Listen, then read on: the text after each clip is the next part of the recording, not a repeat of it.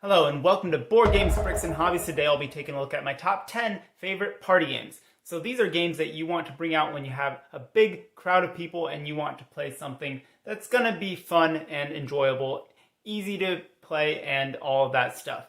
For that reason, I haven't included some games that some people might consider party games, so things like Dixit, Detective Club, even Codenames, because I feel like some of those require a lot more attention. And when I think a party environment, I'm thinking of people coming and going, and games that are a bit more loose. I'm also thinking of games that support more than 6 players, so games that work well in groups and teams, things like that. So some games that you might consider party games won't make this list just because of those restrictions that I have decided arbitrarily for this list.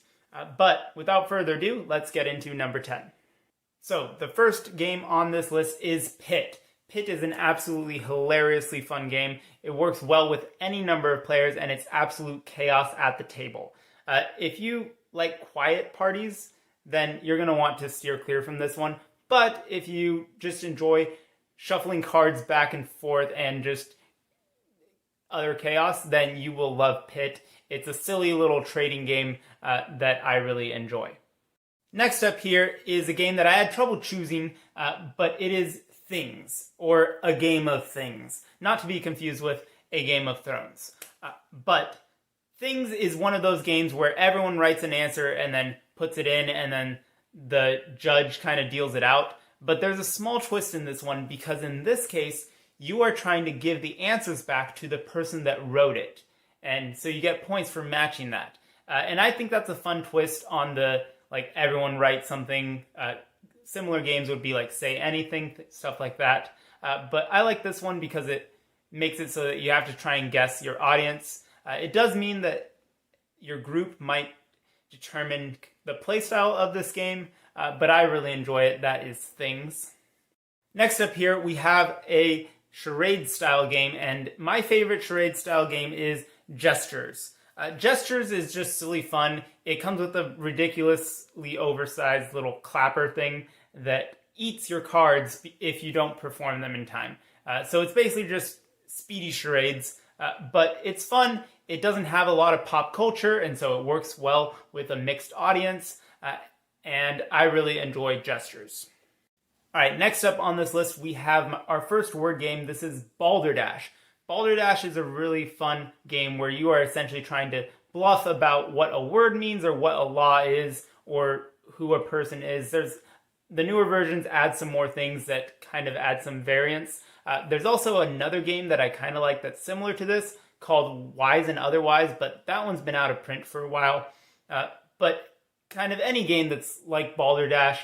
There's even a digital version that calls itself Fibbage, which I enjoy, but it's a complete knockoff of Balderdash. It's pretty much a copy of that.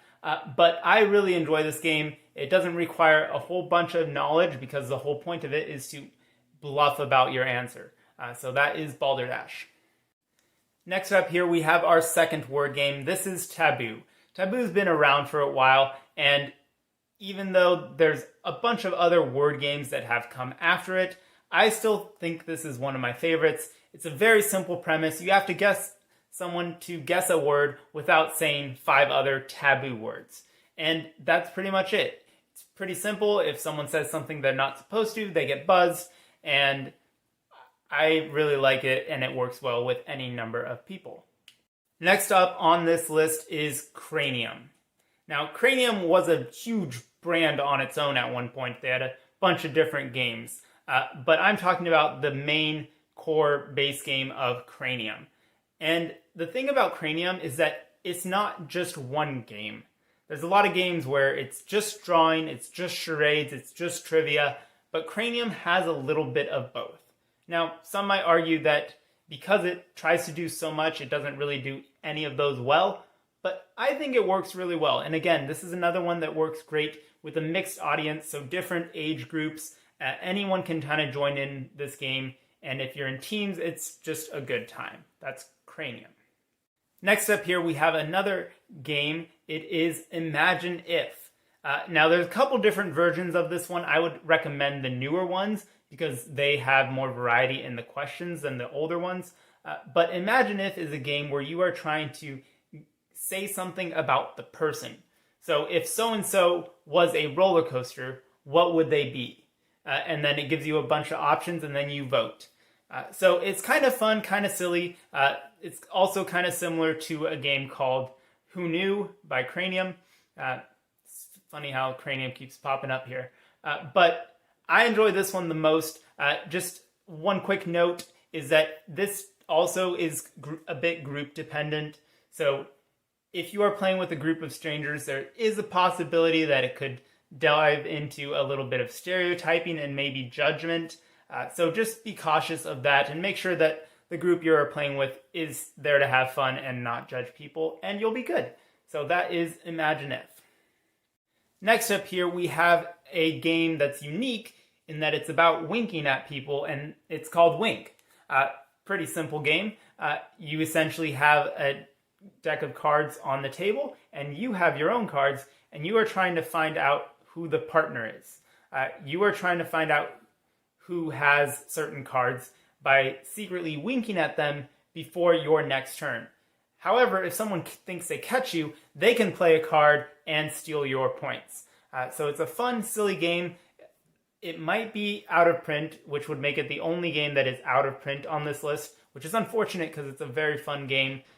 But if you're in a pinch, you could also pick up a game called Shifty-Eyed Spies. It's got a similar premise. I just like Wink a little bit better. All right, next up on this list, we have another word game. This is a quick and easy one. It's called Catchphrase. Catchphrase has been around for a while. It used to be called Electronic Catchphrase, but now all of them are electronic. And the newer version even kind of has a rubber edge, so you can technically throw it, although I probably wouldn't recommend it. But Catchphrase is a silly game where you pass it around and try and basically play hot potato while guessing words. And the version I have has a good mix of questions. I'm not sure if the newer ones have a lot of pop culture. That's kind of a thing that happens in some party games, and I'm not a huge fan of all the pop culture stuff, but some versions do have a good mix of general knowledge questions, and that's what I have, so that is Catchphrase. Now, before we get to my final one here, I do want to give an honorable mention to Apples to Apples. Because this is honestly one of the games that started it all. It started the whole everyone play a card and one person judges that was ripped off by countless other games.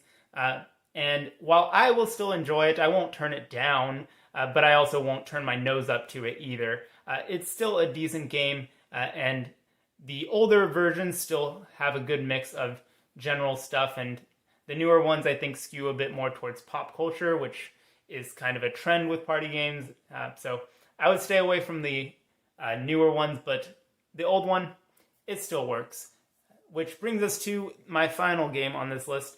This is the one that I've had the most fun with and the most laughs, and it is Scribblish. You might also know this one as Telestrations, or its public domain name, which is Eat Poop You Cat, which is just ridiculous. And that's the point of the game. It's basically the game Telephone, but with drawings and pictures.